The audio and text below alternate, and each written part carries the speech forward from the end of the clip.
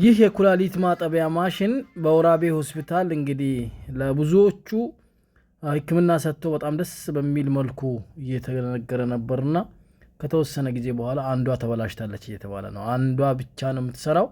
የሚመጣው ህዝብ በደቡብ ክልል አጠቃላይ በሚባል ደረጃ ይጎርፋል። ሰው አንዷ አይደለም 10ም የሚበቃ አይመስለኝም።